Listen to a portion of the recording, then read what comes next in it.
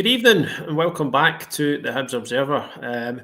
Myself, Liam Bryce, here with Craig Nisbet to take a quick look back at Celtic 0, Hibs 0 in the Scottish Premiership. Another draw for David Gray's side, but obviously you go to Glasgow's East End and come away with a point. The perception around that draw is a wee bit different as it was in midweek. A really, really good, to be honest, defensive display from Hibs. Really disciplined, dogged, resilient, everything you want when you go up against the reigning champions. So we're going to have a wee quick look back on that. First of all, just as always, a word for our sponsor. The Hibs Observer is brought to you by S1 Jobs. If it's time to hand in your transfer request, then head over to s1jobs.com and upload your CV today. With thousands of jobs across Edinburgh and the surrounding area, you'll find the one at S1 Jobs. So start your search today. Craig, how's it going? How are we? Yeah, good. As we were just saying off air, it wasn't the most pulsating afternoon watching a game of football, but certainly happy with the result and a few of the performances. Aye. I think you've got to be happy with that. It's a rarity that any team in the Scottish Premiership really comes to Celtic Park and leaves with anything. So what's your kind of instant reaction, instant thoughts on the result and the performance? Yeah, I mean, I think after how things have gone this season, certainly after Falkirk midweek, the big thing today was just defensively being resolute and assured and just putting in one of the performances that we got so used to, in the tail end of last season, second half of the season. So I think that was really a really big thing for us, and hopefully by not conceding in that little window that we seem to be gifting goals, we can now sort of build on that going forward. And I think, if Gray and that team have proved anything, that certainly once they get a certain result with a certain performance, they can go on a run and they can build something from there. So, it's a very different, when you're away to Celtic and things like that, it's different, it's not what you would see Hibs at home.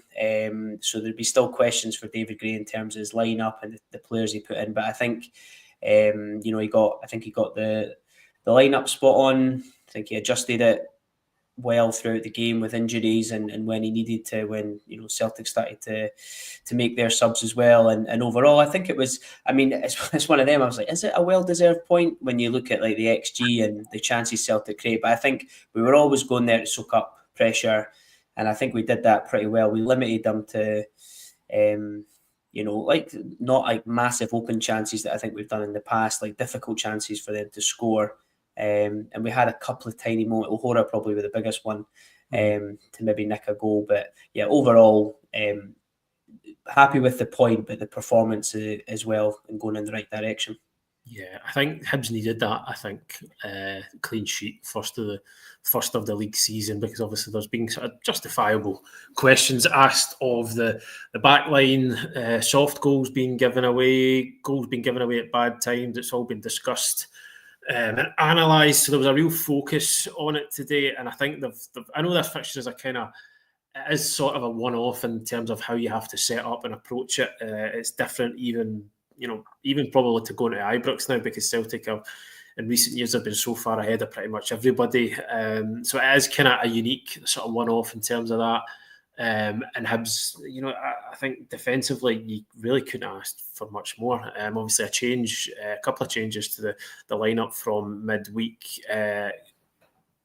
Jack Iredale, coming in, replacing Nicky Cadden, and Jordan Abita going out to left wing back. The other being Grant Hanley coming in for Rocky Bashiri, who wasn't in the squad today. David Gray said it was for personal reasons. He's travelled to France yesterday, but he's expected to be back soon. So there's nothing to worry about, David Gray says. It's just a personal situation for Rocky, and I'm sure he'll be back involved for next week, the Edinburgh Derby. But I mean, that at the heart of that back three, Craig, I thought Grant Hanley was excellent.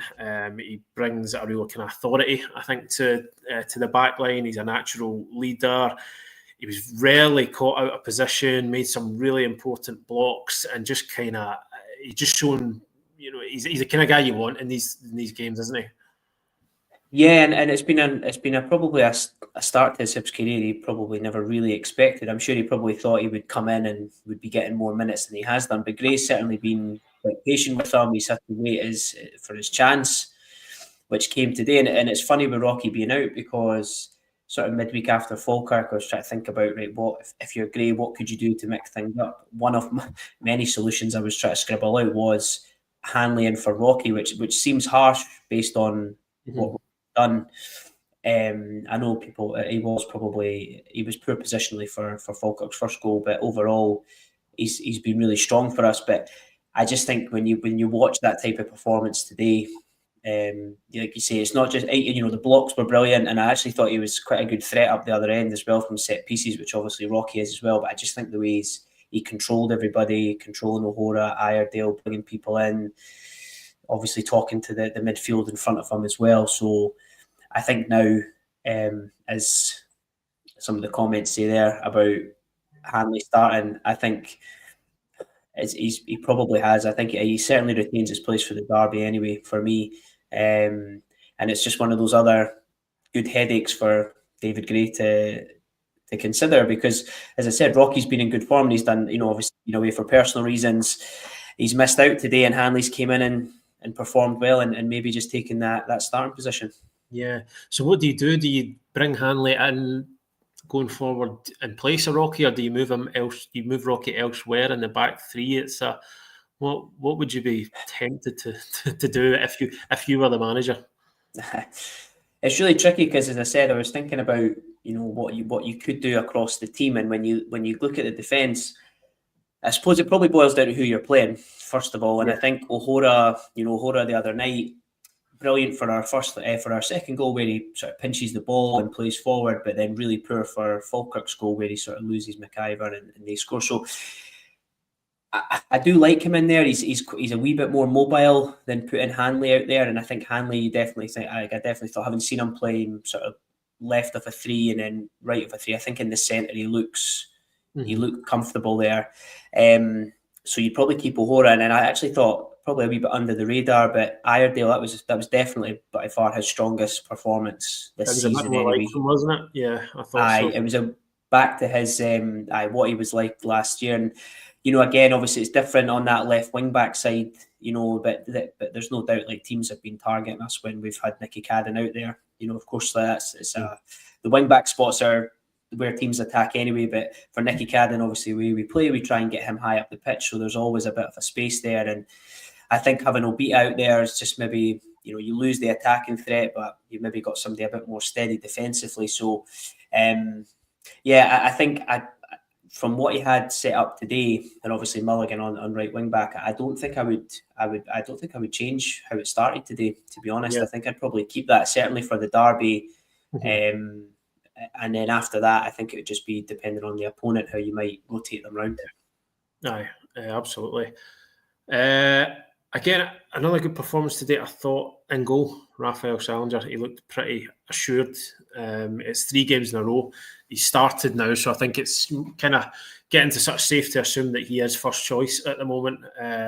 Obviously, when he came in for the Cup game at Ibrox, we weren't sure if that was just a bit of rotation because he had played in the previous round in the Cup, but kept his place for Falkirk in midweek and then kept his place again today. And you can see why. He looks comfortable. I was pretty impressed with him, whether that was with the ball at his feet or making saves. He made a couple of important stops in the second half as the game wore on. Celtic carved out a few more chances, and he's good with the ball as well. He's composed. He's happy to try and play out. He's got the confidence to try and find the spare man. I think even when he goes a wee bit longer, he's good at those kind of long pings, whether that's out to the wing back or into the striker. I was impressed with him. I thought he was really good today. Yeah, I thought I agree with everything you've said. He's got range in his passing. He seems to, he doesn't take too many risks. You can see there was a couple. Probably my only slight nitpick or frustration was a couple of times we got wide or we got high up the pitch and we kind of went back and sort of triggered Celtic's press, and then they started to put a bit of pressure on us. And you could see there he seems to read the situations well to go, no, this just needs to go long now. And he was fairly accurate into Bowie, who I actually thought, in terms of another performance, I thought he was starting to look back to a bit of what we had seen earlier on. I think he's been off it the last few games, whereas today I thought he did his hold-up play really well. He linked things a little bit better. And I mean, it's a bit of a thankless task up there, especially at Celtic Park, but I thought he did that really well. But no, and Salinger, and when the big moments came up, he was, his saves were good, and he also got the ball out of like dangerous areas as well, which is really important, is because Celtic have got bodies in and around the box, and big save towards the end, and even just from corners and things, just looked comfortable coming out, and I think that probably also made the defence feel comfortable knowing he was behind them, and it was a big performance from him. And again, I can't see him losing his place anytime soon. Yeah, he certainly looks a steady presence behind that back three. I suppose the only sort of negative, only sort of worry, if you like, coming out of this is Jamie McGrath coming off in the first half. So I think it looked as though it might have been a shoulder injury, because he went down early, and then he tried to play on, and then obviously just got to the point where he was in a bit too much discomfort. Was obviously replaced by Josh Campbell. I'm not sure how much David Gray will be able to say about that in his post-match press conference, because it'll obviously need to assess, but he'll be able to give at least a sort of basic idea of what the issue is, and that could be a worry. I mean, he's not somebody you want to lose for any great period of time, is he? No, it was a wee bit of a worry. He's just somebody for us especially, he can drop into the midfield too and make it a 3 and look comfortable in there, and can do his defensive duties well. But also, as we seen the other night against Falkirk, when he's released and he's in the attacking phase, he's just got great feet, really good creativity, and good composure. So yeah, he's somebody that's it, and again, it's not hopefully speaking of Josh Campbell, but Campbell can do the defensive stuff but can't do the attacking side of things as well, whereas somebody like McGrath can kind of cover both areas to a decent level. So again, if you're wanting to have that big moment or that one chance, you want guys like McGrath in there, and especially having how he played on Tuesday, you just wanted him to build from that performance. So hopefully it's nothing too serious. The fact he tried to continue on a little bit was maybe a decent sign that he's maybe tried, and they've just thought, actually, let's just not risk you with the derby coming up. Yeah, if he's forced off immediately, then obviously the alarm bells are ringing. But it was obviously, as you say, not to the extent that he had to stop right away. The other one is the question coming in here. Yeah, was Chaiwa injured, or was that a tactical change? I'm actually not sure. Obviously, we're not at Celtic Park today, so we can't put the question to David Gray in his post-match. Hopefully, somebody will do that for us. But I'm not sure. Obviously, for anybody who maybe didn't catch the game, Chaiwa came off at half-time. Chris Cadden came on for him, and then Josh Mulligan moved from right wing back into the middle of the pitch. So couldn't tell if Chaiwa was injured in the first half. He certainly didn't catch the eye if he was. I think there was a case maybe for getting Mulligan in there at some point anyway, so it would maybe make sense from a tactical perspective as well. What was your perspective on that, mate? Yeah, and I never noticed anything, and thought Chaiwa probably looked his most sort of disciplined. I think in terms of, out of possession, he can be a wee bit erratic with his pressing, but actually I thought he was, marshalled in there quite well by Barlaser and probably Hanley and Horan behind him. So no, I thought he'd done all right. I wondered, if for Mulligan just having that half of, dealing with the wide areas, if it was just a thought, right, let's just get Cadden on, we'll get Mulligan in the middle, and Mulligan's probably maybe more likely to cover and drop into that position, because he's been playing right wing back, so he probably understands the sort of pressure Chris Cadden would be under to cover. But no, hopefully it's not an injury, because I did think that was one of Chaiwa's better performances out of possession, and you can even see he had a wee moment in the first half where he got right in at McGregor and he pinched the ball off him and won a foul and stuff, and you don't see too many players getting close to McGregor to do that. So he's somebody, hopefully it's nothing too serious and he's fit for the weekend. Yeah, as you were saying there, it was kind of mostly quite disciplined from him, which is a side of his game that you think will come with a bit more experience, input from the coaching staff, because he's just as an aside, he's one who's definitely got all the kind of all the elements really to be a really effective option if he's able to pull it all together. I feel. Yeah, definitely, and actually, not so much to today because we didn't have much of the ball. Although I think I spotted it once, you could, with them both, like Mulligan and they could rotate. It's maybe a wee bit unusual to see your right wing back and your sort of right central midfielder switch positions, but actually, because they're both comfortable in those areas, you could see them switch up, and that gives us an extra little dimension when we're going forward, or things like that. So he certainly slots into that position really, really well. Got a lot of energy going from midfield, and yeah, I think it's just the whilst defensively we've not been great, you can't have players being too ill-disciplined, chasing and pressing the ball ineffectively. So, but I think you're right. I think it'll come with time. And today he showed in that first half that he's got in his locker. So, yeah, hopefully more to come from him.